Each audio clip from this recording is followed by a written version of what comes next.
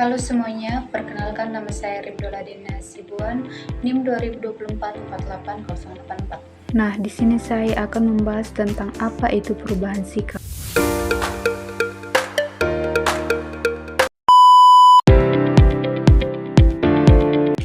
Sekarang kita masuk pembahasan pertama tentang apa itu perubahan sikap. Perubahan sikap merupakan proses di mana seseorang mengubah cara pandang, perasaan, maupun perilakunya terhadap suatu hal. Setiap orang tentunya pasti akan mengalami yang namanya perubahan sikap, baik itu perubahan sikap ke arah yang negatif maupun ke arah yang positif. Nah, apa itu perubahan sikap ke arah yang negatif maupun positif? Mari kita bahas ke video selanjutnya. Materi selanjutnya yaitu perubahan sikap terbagi menjadi dua arah. Yang pertama perubahan sikap ke arah yang positif dan perubahan sikap ke arah yang negatif. Apa itu perubahan sikap ke arah yang positif? Perubahan sikap ke arah yang positif adalah perubahan ini dapat meningkatkan kualitas hubungan, mencapai tujuan yang lebih baik, dan meningkatkan kesejahteraan mental. Contoh seseorang yang mau menerima perubahan sikap ke arah yang positif seperti menerima kritikan, tidak mengulangi kesalahan yang terjadi masa lalu, dan berkarya sesuai minat dan bakat yang ada dalam dirinya sendiri tanpa melihat atau mengikuti orang lain. Yang selanjutnya yaitu perubahan sikap ke arah yang negatif.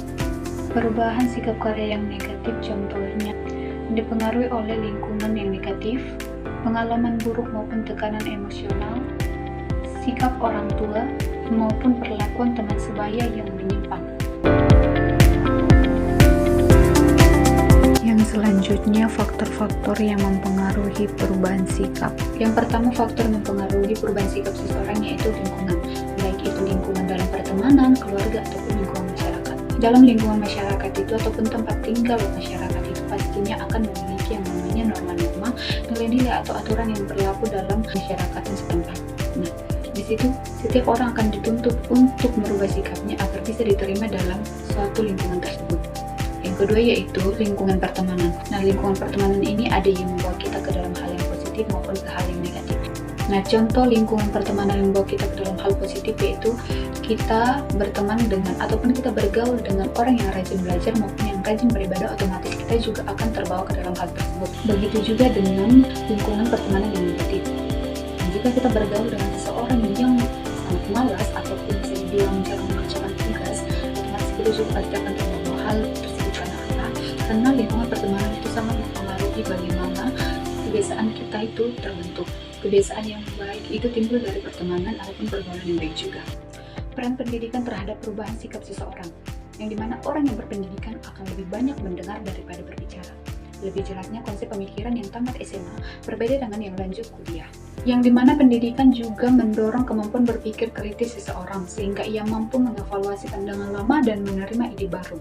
Yang ketiga yaitu pengalaman pribadi terhadap perubahan sikap seseorang, yang dimana pengaruh pengalaman pribadi terhadap perubahan sikap seseorang menjadi salah satu faktor paling kuat yang mempengaruhi perubahan sikap orang tersebut.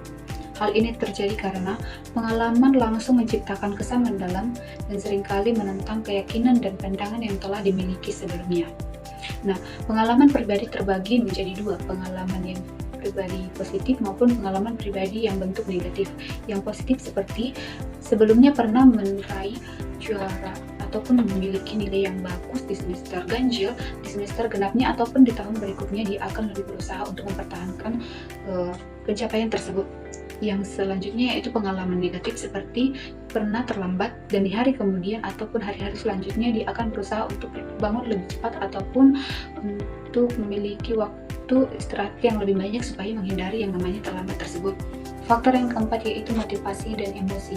Hubungan antara motivasi dan emosi terhadap perubahan sikap yaitu misalnya melihat video tentang korban bencana dapat membangkitkan emosi dan mengubah sikap seseorang sehingga tergerak untuk memberikan donasi. Karena emosi itu bukan hanya tentang hubungan ke hal yang negatif ataupun ke permasalahan yang bersifat negatif, tetapi juga emosi juga membawa seseorang untuk berpikir ke hal yang positif. Faktor yang terakhir yaitu pengaruh media terhadap perubahan sikap. Media menjadi sumber utama penyebaran informasi, hiburan maupun edukasi.